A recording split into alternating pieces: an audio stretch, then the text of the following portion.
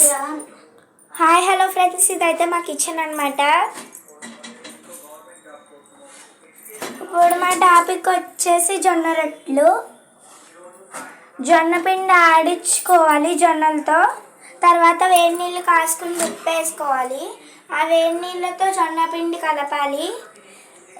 చపాతీ పిండిలా కలుపుకుండి చేతితో కొట్టాలి ఇలాగా.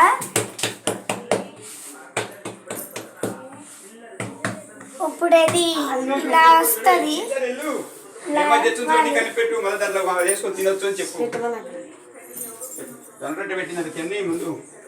జొన్నట్లు కాల్చుకున్నాక ఇలా వస్తుంది. ఇది చాలా హెల్త్ ఉంటారండి దగ్గర. మరి నాన్నమ్మ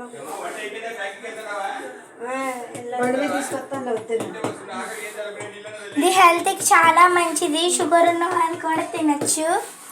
దీని కాంబినేషన్ అయితే మేము మటన్ కర్రీ చేసుకున్నాము విత్ బిర్యానీ. Bye bye. మా వీడియో ఎలా ఉందో కామెంట్ చేయండి.